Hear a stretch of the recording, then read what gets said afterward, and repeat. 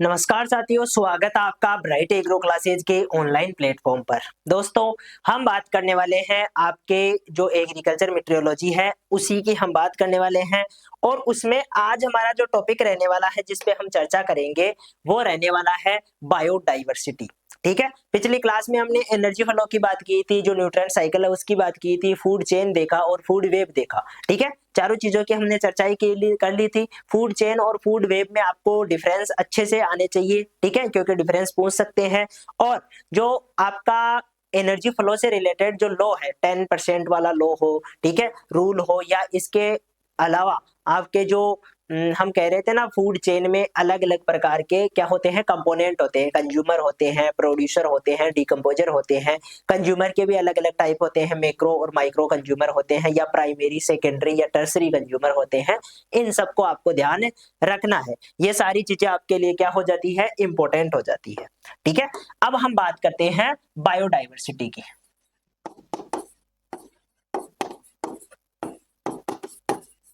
देखो, बायोडाइवर्सिटी क्या होती है, पहले तो इसकी बात हम कर लेते हैं। फिर इसके जो है आज वाले जो टॉपिक में हम कवर करेंगे, इसके टाइप्स कवर करेंगे। ठीक है, इसके अलावा हम कवर करेंगे कि लेवल कौन कौन से हैं। ठीक है, लेवल्स की बात होगी, बायोडाइवर्सिटी के लेवल।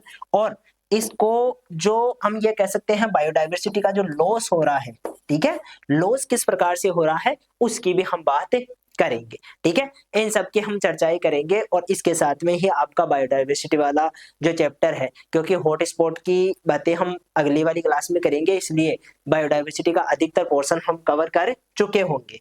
ठीक है, यहां पर हम बात करें बायोडाइवर्सिटी है क्या, तो सबसे पहले हम ये कहते हैं कि जो जीवों में वेरिएशन होता है, अलग अलग जो है आपके हम कह सकते हैं जो बायोटिक थिंग्स है, उनमें जो वेरिएशन होता है, वेरिएशन का मीनिंग है कि आपके जेनेटिक वेरिएशन।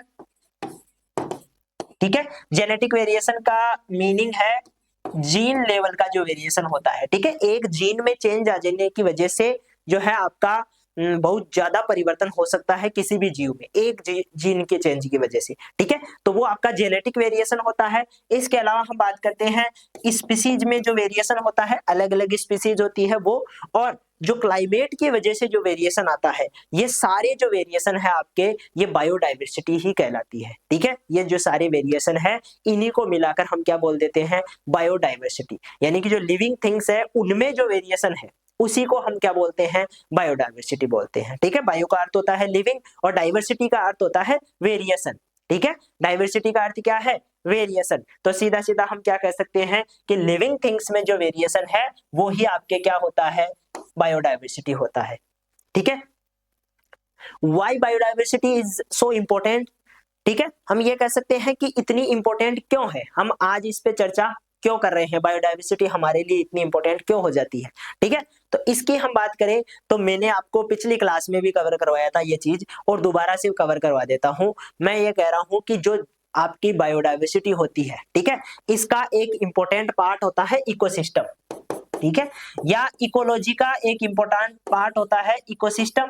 और इकोसिस्टम में पाई जाती है बायोडाइवर्सिटी। अलग अलग प्रकार के इकोसिस्टम होते हैं, एक एग्जांपल ले लेते हैं हम।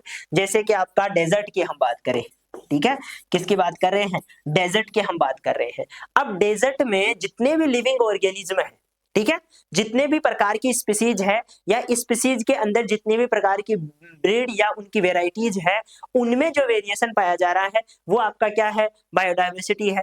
अब इसका इंपॉर्टेंस क्यों हो जाता है, यदि बायोडाइवर्सिटी की हम बात करें इंपॉर्टेंस क्यों हो जाता है, तो हम ये कहते हैं कि जो भी बायोडाइवर्सिटी जितनी ज्यादा कॉम्प्लेक्स होती है, किसी भी इकोसिस्टम में बायोडाइवर्सिटी जितनी ज्यादा कॉम्प्लेक्स होती है, कॉम्प्लेक्स का मतलब वेरिएशन जितना ज्यादा अधिक होता है वो उतनी ही ज्यादा स्टेबल होता है। ठीक है, आपका इकोसिस्टम क्या होता है, उतना ही ज्यादा स्टेबल होता है। एक एग्जाम्पल के तौर पे समझते हैं चीजों को, इंपॉर्टेंस के रूप में एक एग्जाम्पल के तौर पे समझ लेते हैं।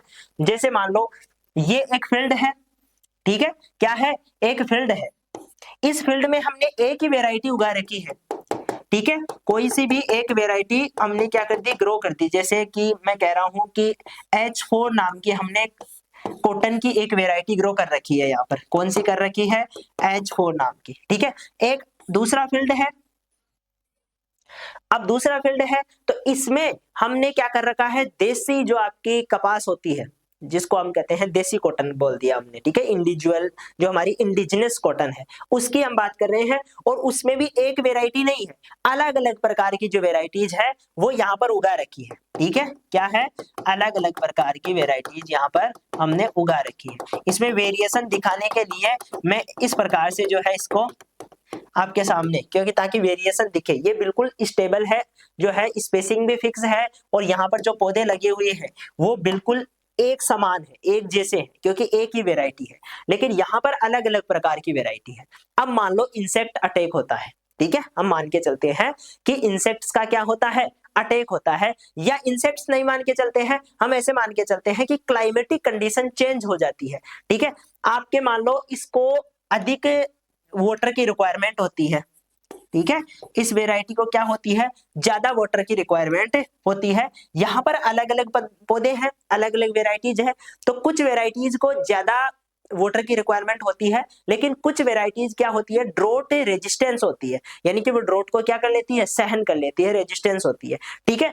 तो यहाँ पर हम ये कहेंगे जैसे ही वाटर की स्कार्सिटी होगी, जैसे ही वाटर की क्या होगी, स्कार्सिटी कमी होगी, तो यहाँ पर ये पौधे क्या हो जाएंगे, सरवाइव नहीं कर पाएंगे, ठीक है, ये क्या हो जाएंगे, सरवाइव नहीं कर पाएंगे। तो ये जो फील्ड एक इकोसिस्टम था, ठीक है, जब प्लांट नहीं रहेंगे इसका मतलब इस पे डिपेंड रहने वाले इंसेक्ट भी नहीं रहेंगे, और जब इंसेक्ट नहीं रहेंगे इसके अलावा इस प्लांट्स पे डिपेंड रहने वाले जो ऑर्गेनिज्म थे, ठीक है, जो माइक्रो ऑर्गेनिज्म थे वो भी यहाँ पर नहीं है, ठीक है। इस प्लांट पे डिपेंड रहने वाली आसपास के जो और एनिमल थे, चाहे वो आपके स्पेरो हो गए, गिलहरी हो गई, चूहे हो गए, ये भी यहाँ पर नहीं रह पाएंगे, क्योंकि उनको भी खाने को नहीं मिलेगा, ठीक है। तो वो भी यहाँ पर क्या हो गए, वो भी वहां पर विलुप्त हो गए, वहां पर जो है नष्ट हो गए, मर गए, डाई हो गए सभी, ठीक है। किसकी वजह से, एक फसल खराब हो जाने की वजह से, ठीक है, क्योंकि एक ही प्रकार की फसल थी, यानी कि डाइवर्सिटी कम थी, बायोडाइवर्सिटी बहुत कम थी,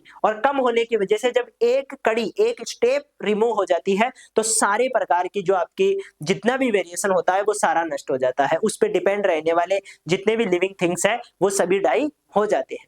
दूसरी तरफ हम इस एग्जाम्पल में ये कहते हैं यहाँ पर भी स्कार्सिटी होती है वाटर की, ठीक है, यहाँ पर भी क्या होता है, वाटर की स्कार्सिटी होती है, लेकिन यहाँ पर क्या थी, अलग अलग प्रकार की जो है वेराइटीज थी, यानी कि वेरिएशन था, बायोडाइवर्सिटी थी, ठीक है। अलग अलग प्रकार की जो वेराइटीज होने की वजह से कुछ वेराइटीज तो डाई हो गई, ठीक है, कुछ वेराइटीज सरवाइव नहीं कर पाई, लेकिन जो कुछ वेराइटीज थी वो क्या कर गई, सरवाइव कर गई। इसका मतलब उस पे डिपेंड रहने वाले इंसेक्ट भी सरवाइव करेंगे, उन पे डिपेंड रहने वाले एनिमल, चाहे वो चूहे हो, चाहे वो गिलहरियां हो, वो भी क्या करेगी, सरवाइव करेगी। इसका मतलब पूरा इकोसिस्टम क्या कर गया, सरवाइव कर गया, ठीक है, इकोसिस्टम क्या कर गया, सरवाइव कर गया। यहाँ इकोसिस्टम क्या हो गया, डाई हो गया, ठीक है।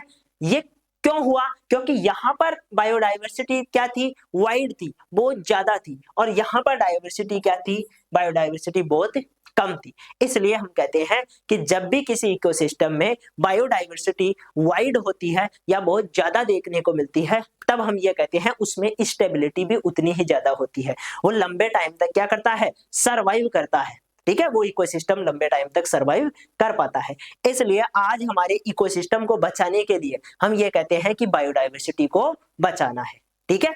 जब भी हम एक चीज पे डिपेंड हो जाएंगे और वो चीज यदि किसी प्रकार से नष्ट हो जाती है, तो फिर हमारे सर्वाइवल पर क्या हो जाता है, खतरा पैदा हो जाता है, ठीक है। ये चीजें आपको देखने को मिलती है, इसलिए बायोडाइवर्सिटी हमारे लिए क्या हो जाती है, इंपॉर्टेंट हो जाती है। बात समझ में आ गई? तो यही मैं आपको समझाना चाहता था कि बायोडाइवर्सिटी का एक्चुअल में जो इंपॉर्टेंस है वो क्या है, ठीक है। अब आपको समझ में आ गया होगा कि जंगल कैसे सरवाइव करेंगे जब उनमें डाइवर्सिटी ज्यादा होगी, ठीक है। डेजर्ट कैसे सरवाइव करेंगे जब उनमें डाइवर्सिटी ज्यादा होगी। हम भी कैसे सरवाइव करेंगे जब हमारे में डाइवर्सिटी ज्यादा होगी, ठीक है। जो आपके प्लांट्स है, जो आपके क्रॉप्स है, वो सरवाइव कैसे करेंगे जब उनमें डाइवर्सिटी ज्यादा होगी। तो डाइवर्सिटी ज्यादा होना या बायोडाइवर्सिटी ज्यादा होना हमारे लिए, एनवायरनमेंट के लिए, इकोसिस्टम के लिए, इकोलॉजी के लिए इंपॉर्टेंट होता है, फायदेमंद होता है। ये चीज आपको समझनी है। आई बात समझ में? ये सारी बातें आपको ध्यान रखनी है। इंपॉर्टेंस, एक मेजर इंपॉर्टेंस मैंने समझा दिया है, बाकी छोटे मोटे इंपॉर्टेंस जैसे हम प्लांट्स की बात करते हैं तो प्लांट्स का अलग इंपॉर्टेंस होता है, एनिमल्स का अलग इंपॉर्टेंस होता है, ठीक है, वो एक अलग लेवल की बात है, लेकिन सबसे ज्यादा इंपॉर्टेंट बात मैंने आपको बता दी है। अब हम बात करते हैं बायोडायवर्सिटी के टाइप्स की। एक बायोडायवर्सिटी होती है अल्फा, अल्फा टाइप बायोडायवर्सिटी, ठीक है। एक होती है आपके बीटा और एक होती है आपके गामा।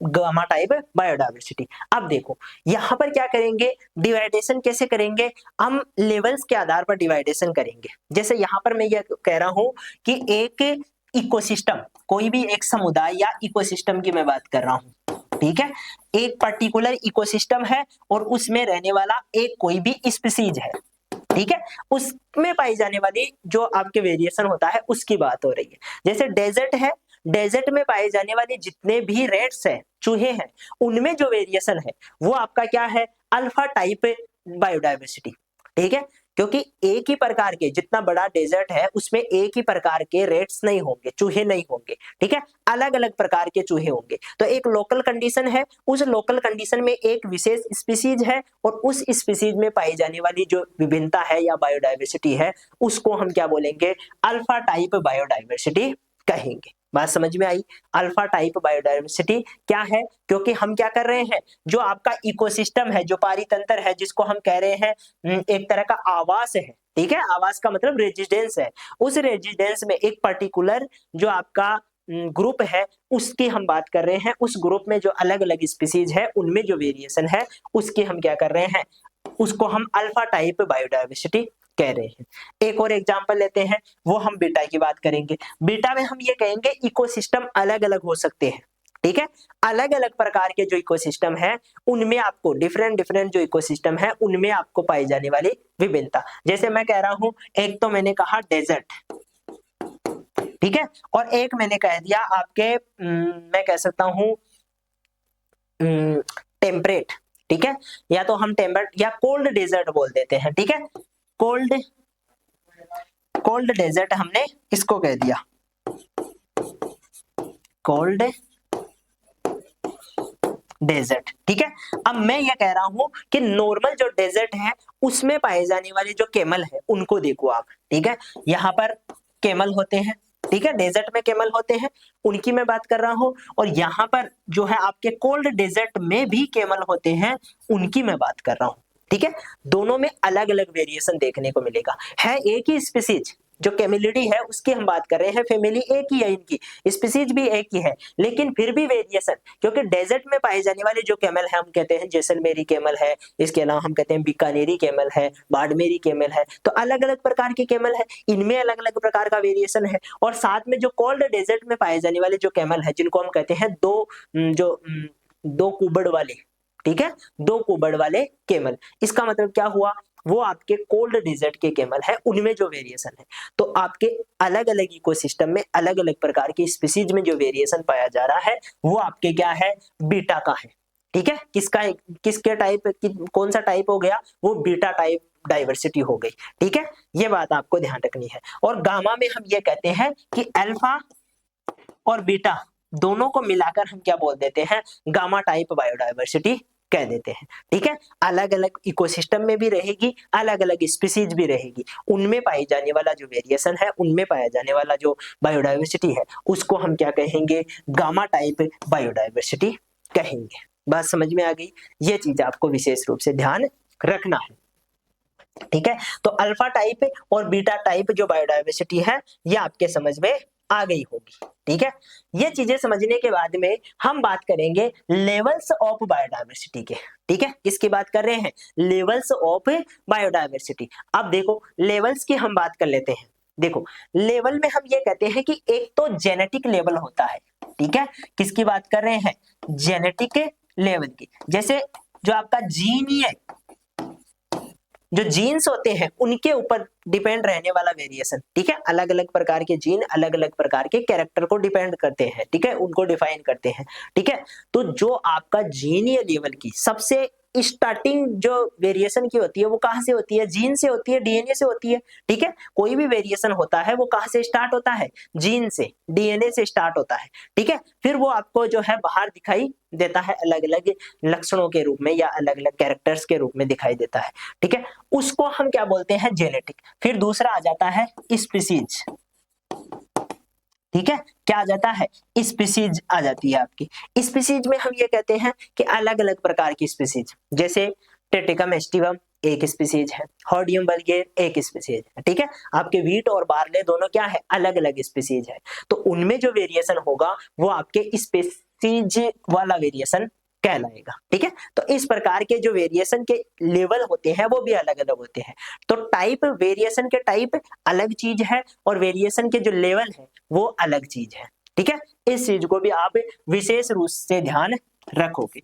इसके बाद में हम नेक्स्ट बात करेंगे और नेक्स्ट हम ये कहेंगे कि आपका ये जो वेरिएशन है या डाइवर्सिटी है ये क्यों लॉस में जा रही है, यानी कि इनको हम कैसे नुकसान पहुंचा रहे हैं उसकी हम चर्चा कर लेते हैं।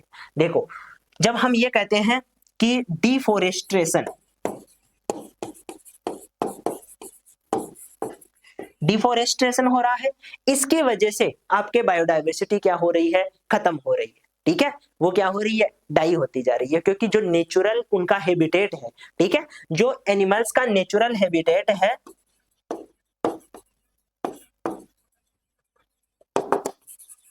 जो नेचुरल हैबिटेट है उसको हम क्या करते जा रहे हैं, खत्म करते जा रहे हैं। इसकी वजह से उनके पास जो स्पेस है वो कम हो गया है। ठीक है, जिसकी वजह से बायोडायवर्सिटी आज खतरे में है या डाई होती जा रही है, कम होती जा रही है। एक तो ये कारण है। इसके अलावा हम जो डेवलपमेंट कर रहे हैं वो भी एक कारण है, चाहे रोड का निर्माण करना हो, चाहे बिल्डिंग बनानी हो, चाहे खेत तैयार करने हो। ठीक है, खेत भी हम जंगल काट के ही करते हैं। इसके अलावा कोई बिल्डिंग बनानी हो, खेलने का मैदान बनाना हो, कुछ भी बनाना हो, हम डेवलपमेंट के नाम पे बायोडायवर्सिटी को क्या करते जा रहे हैं, खत्म करते जा रहे हैं। ठीक है, इसके अलावा और बहुत सारे कारण हैं। जो पोल्यूशन हो रहा है उसकी वजह से बायोडायवर्सिटी खत्म हो रही है।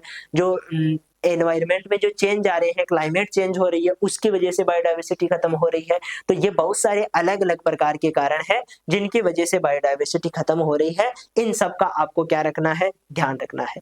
अब एक एक करके हम क्या कर लेते हैं, कुछ वो जो बायोडायवर्सिटी के कंजर्वेशन है उसकी भी हम बात करेंगे कि संरक्षण किस प्रकार से कर सकते हैं। इन सिटू कंजर्वेशन और आपका एक्स सिटू कंजर्वेशन दो प्रकार का होता है, उसकी भी हम चर्चा करेंगे। ठीक है, यहां से स्टार्ट करते हैं। सबसे पहले हम ये कहते हैं biodiversity refer to the variety and variability of life. ठीक है, लाइफ में जो वेरिएबिलिटी है, वेरिएशन है, वही आपका क्या है, वही आपका बायोडायवर्सिटी है। सिंपल लैंग्वेज में हम ये कह सकते हैं। ठीक है, from present in A ecosystem, एक इकोसिस्टम में पाए जाने वाला जो लाइफ में वेरिएशन है उसी को हम क्या बोल रहे हैं, बायोडायवर्सिटी कह रहे हैं। It encompasses the diversity of species, इसमें सभी चीजें शामिल होती है। स्पीसीज में डाइवर्सिटी होती है, जीन्स में होती है, इकोसिस्टम में होती है, देयर कॉम्प्लेक्स इंटरेक्शन, और इनके बीच में क्या होता है, अलग अलग प्रकार का इंटरेक्शन देखने को मिलता है। जैसा हमने इकोसिस्टम में बात की थी कि जो जितने भी ये जो लिविंग ऑर्गेनिज्म है इनमें क्या होता है, इंटरेक्शन होता है, किसके साथ में, एबायोटिक जो अपनी थिंग्स है उनके साथ में। ठीक है, तो वो चीज आपको ध्यान रखनी है। टाइप्स ऑफ बायोडायवर्सिटी, ठीक है, इसमें पहला मैंने आपको बताया अल्फा, जो आपके डाइवर्सिटी है या बायोडाइवर्सिटी है उसकी हम बात करें तो ये क्या करती है, refer to species diversity within एक कॉमन, देखो यहां पर ध्यान देना है, एक कॉमन और हैबिटेट। ठीक है, यानी कि एक कॉमन जो एरिया है, जैसे मैंने एक एग्जांपल ले लिया डेजर्ट।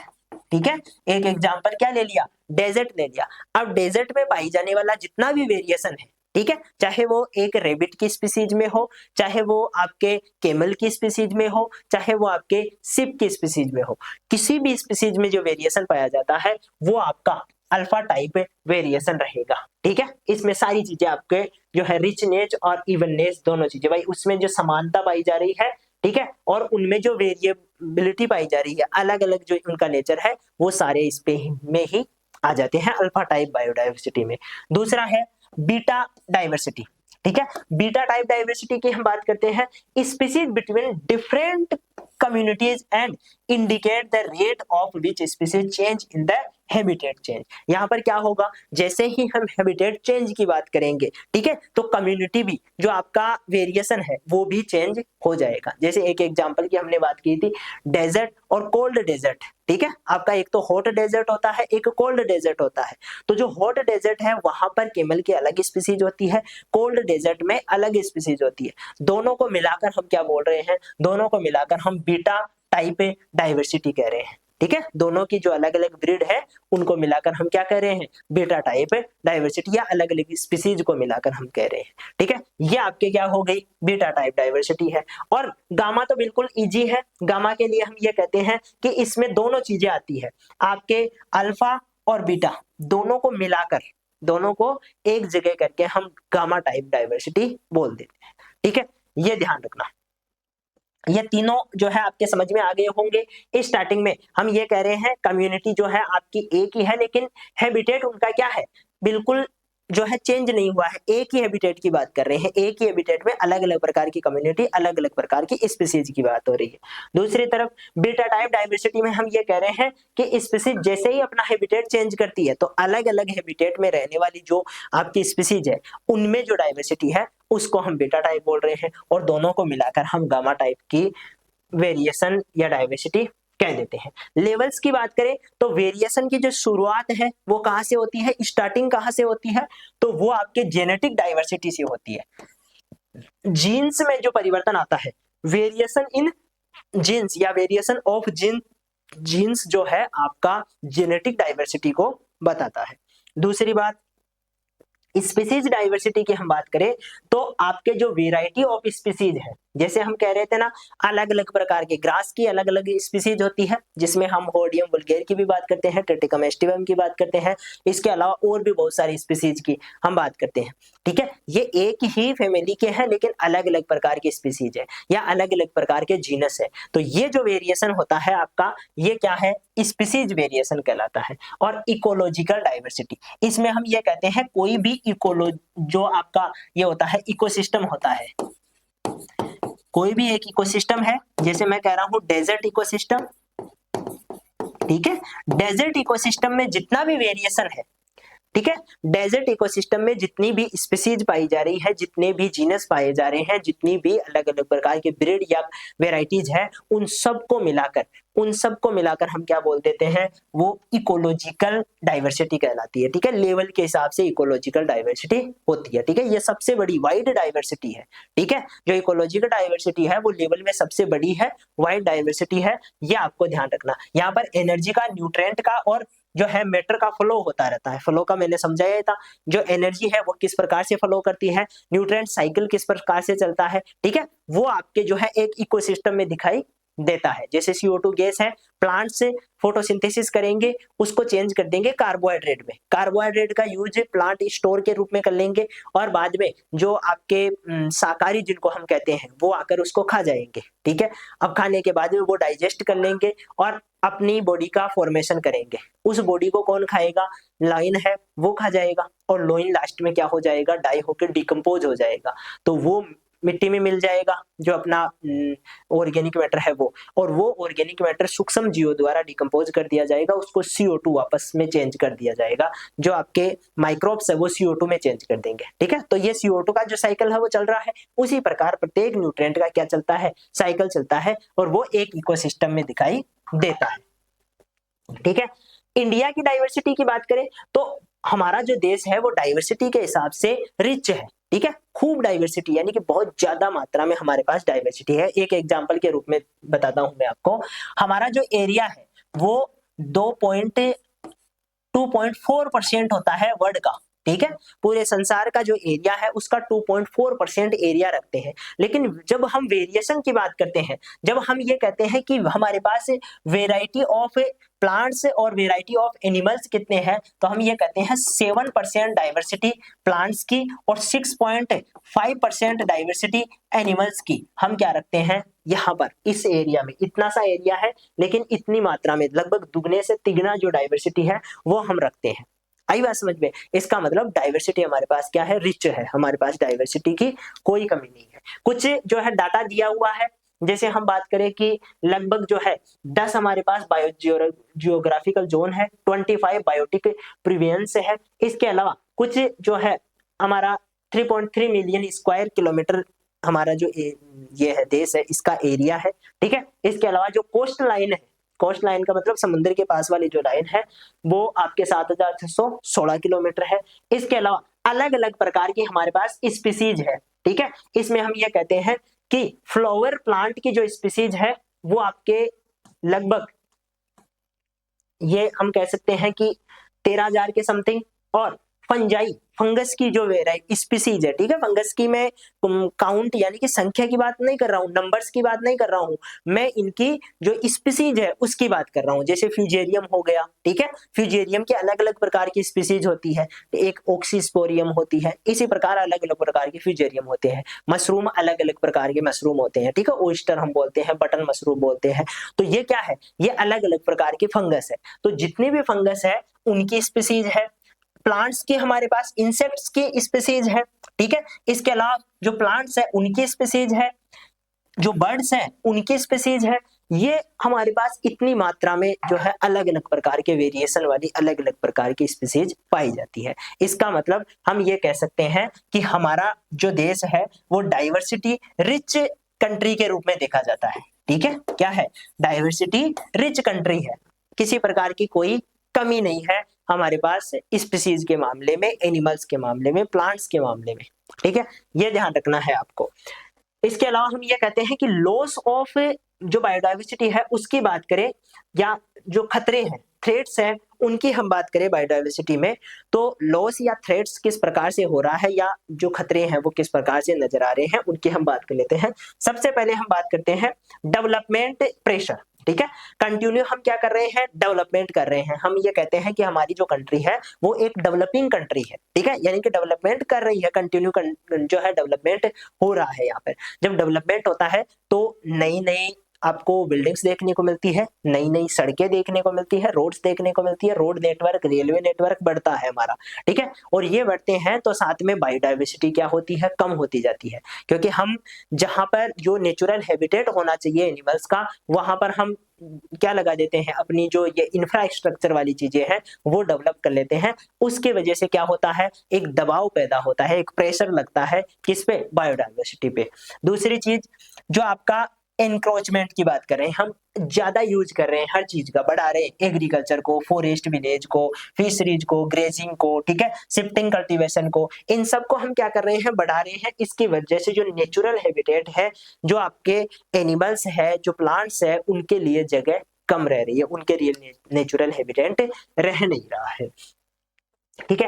एक्सप्लॉइटेशन, माइनिंग करना, ज्यादा हम एक्सप्लॉइट कर रहे हैं चीजों को, जैसे मिनरल्स हैं उनका हम ज्यादा यूज कर रहे हैं, जिसकी वजह से वहां की जो एरिया होता है, मिनरल्स वाला जो एरिया है वो खराब हो जाता है, वहां की डाइवर्सिटी खराब हो जाती है, ये चीज देखने को मिलती है। इसके अलावा हम प्लांट्स की जो है कटिंग करते हैं, हंटिंग करते हैं, ठीक है, शिकार करने की वजह से कई स्पीसीज जो है आपके विलुप्त होने वाली है, जो है एक्सटिंक्ट होने वाली है, वो कभी ना कभी खत्म हो जाएगी। तो वो इस सिचुएशन आ चुकी है। ह्यूमन इंक्लूड डिजास्टर, इसके अलावा जो मेन मेड डिजास्टर है उनमें फ्लड हो गया, ऑयल स्पिल हो गया, एपिडेमिक्स हो गए, फॉरेस्ट फायर हो गया, ये सभी क्या होते हैं, मेन मेड डिजास्टर है, जो कि डाइवर्सिटी को, बायोडाइवर्सिटी को थ्रेटन करते हैं, उन पे जो है दबाव डालते हैं। मैनेजमेंट ऑफ नेचुरल रिसोर्स, हमारा जो नेचुरल रिसोर्स का मैनेजमेंट है वो ठीक नहीं है, जेनेटिक यूनिफॉर्मिटी देखने को मिलती है, ठीक है। Lake of water, food of for wild life, increasing competition, ठीक है। इंट्रोडक्शन ऑफ एक्सोटिक स्पीसीज, हम बाहर से भी कुछ स्पीसीज लेकर आ रहे हैं जो यहाँ आकर क्या हो जाती है, बहुत ज्यादा फैल जाती है और दूसरी स्पीसीज को यहाँ से क्या कर देती है, एक्सटिंक्ट कर देती है, भगा देती है, ठीक है। नॉर्मली ये देखने को मिलता है, तो वो चीज है। इसके बाद में मैनेजमेंट ऑफ ह्यूमन रिसोर्स और पॉलिटिकल एंड पॉलिसी इशू, इसके अलावा जो सरकार है उसका भी काफी ज्यादा रोल होता है किसी भी डाइवर्सिटी को बचाने के लिए या खत्म करने के लिए, तो वो रोल भी आपको ध्यान रखना है, ठीक है। ये कुछ बेसिक बातें हैं। इसके बाद में आ जाता है कंजर्वेशन ऑफ बायोडाइवर्सिटी। देखो बायोडाइवर्सिटी को हम बचा के सीख सकते हैं, ठीक है। तो ये हम एक तरह से इस प्रकार का इको डेवलपमेंट करें, ठीक है, यानी कि डेवलपमेंट भी हो लेकिन वो इकोलॉजिकल डेवलपमेंट हो, जिसमें हम प्लांट्स को, एनिमल्स को, इनके लिए जो हैबिटेट है उसको खराब ना करते हुए उन साथ में हम क्या करें, एक तरह से जो है सस्टेनेबल डेवलपमेंट करें। ये अप्रोच हमारी होनी चाहिए और इसमें दो स्ट्रेटजी काम करती है, ठीक है। दो स्ट्रेटजी कौन सी? एक तो हम ये कहते हैं इन सिटू स्ट्रेटजी, या इसको हम इन सिटू कंजर्वेशन भी बोल सकते हैं। क्या बोल सकते हैं? इन सिटू कंजर्वेशन भी कह सकते हैं, ठीक है। अब ये इन सिटू कंजर्वेशन क्या है? जैसे मान लो कोई प्लांट या कोई एनिमल है जिसका एक नेचुरल हैबिटेट है, ठीक है, उस नेचुरल हैबिटेट को वहां से क्या कर दो, कंजर्व कर दो, उसको सुरक्षित कर दो, ठीक है।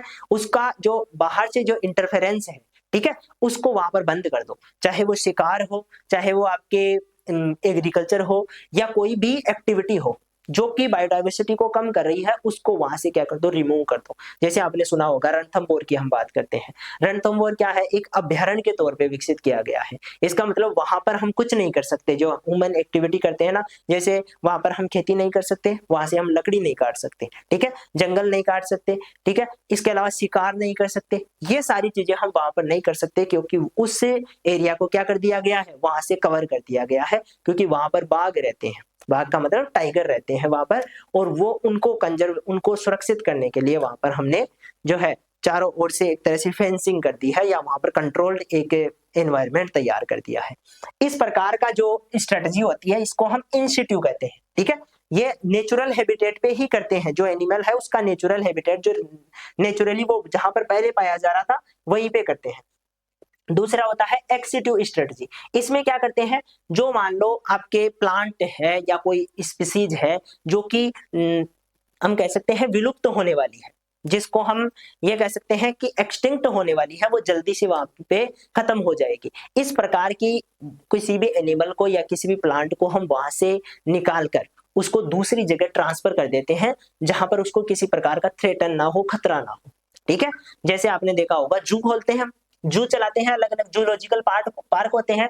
इन पार्क्स में हम क्या करते हैं, बोटनिकल गार्डन्स में क्या करते हैं, कुछ रेयर स्पीसीज होती है उनको रखते हैं, ठीक है, और उन स्पीसीज को वहीं पे हम क्या करते हैं, नेचुरली जो उनका भोजन है वो अवेलेबल करवाते हैं, उनको जो है जनन के लिए, भाई ये जो आपके रिप्रोडक्शन करते रहे, अपनी आबादी को बढ़ाते रहे, अपनी संख्या को बढ़ाते रहे, इसके लिए वहां पर सारी अनुकूल एनवायरनमेंट तैयार करते हैं। तो उसको हम जो है आपके जूलॉजिकल पार्क कह दिया हमने, बोटनिकल गार्डन कह दिया। प्लांट्स में हम सीड और सीडलिंग्स को क्या कर देते हैं, बैंक्स में, पोलन ग्रेन्स को बैंक्स में हम क्या कर देते हैं, स्टोर कर देते हैं, क्रायो प्रिजर्वेशन में रख देते हैं, ठीक है। जब मान लो फ्यूचर में इनकी कभी जरूरत पड़े तो इनको हम यूज में ले पाए। तो वो सारे आपके क्या होते हैं, एक्स सिटू स्ट्रेटजी होती है, ठीक है। ये सारी चीजें आपको क्या करनी है, ध्यान रखनी है। इसके अलावा जो एंडोजिनस स्पीसीज है उनका दोबारा से रिस्टोरेशन, वापस से उनको बढ़ाना, ये सारे काम हम क्या कर सकते हैं। कुछ इंपोर्टेंट नेशनल वाइल्ड जो सेंचुरीज है वो इंडिया में दी गई है, यहाँ पर उनके सभी के नाम दे रखे हैं, कहाँ कहाँ पर। जैसे आपके गिर नेशनल पार्क है, गुजरात में है, यहाँ पर मुख्य रूप से हम ये कहते थे कि जो गिर के जंगल होते हैं वहां पर चिता होते हैं, वहां पर टाइगर बहुत ज्यादा पाए जाते हैं, तो उनके लिए हमने वहां पर क्या कर दिया, उसको सुरक्षित कर दिया, ठीक है। इसी प्रकार के जो है बहुत सारी चीजें होती है, अलग अलग जगह पर अलग अलग नेशनल पार्क बनाए गए हैं। ये मुख्य रूप से इंस्टीट्यू कंजर्वेशन के तौर पे ही डेवलप किए गए हैं, ठीक है। इसके अलावा अलग अलग प्रकार की बायो कंजर्वेशन के लिए पॉलिसीज, जैसे कि जो रूल एंड रेगुलेशन है वो काफी हार्ड होने चाहिए। जब इनका कोई अवेलना करे, इनको पालन नहीं करे, तो उसको सजा का प्रावधान होना चाहिए, उस पर बहुत ज्यादा जो है जुर्माना लगाना चाहिए। इस प्रकार की नीतियां डेवलप की जा रही है बायोडायवर्सिटी को बचाने के लिए। ये जो आपका बायोडायवर्सिटी हॉट स्पॉट है, इसकी बात हम नेक्स्ट क्लास में करेंगे। यहाँ पर हमने जो है मुख्य रूप से बायोडायवर्सिटी के टाइप, उनके लेवल और बायोडायवर्सिटी कंजर्वेशन की बात की है। ये टॉपिक आपके यहाँ पर कंप्लीट हो जाता है। बायोडायवर्सिटी इंपॉर्टेंट चीज है, इसका इंपॉर्टेंस भी आपको ध्यान रखना है, और साथ में हम ये कहते हैं कि बायोडायवर्सिटी कंजर्वेशन का भी आपको ध्यान रखना है, ठीक है। तो मिलेंगे नेक्स्ट क्लास में, तब तक के लिए धन्यवाद।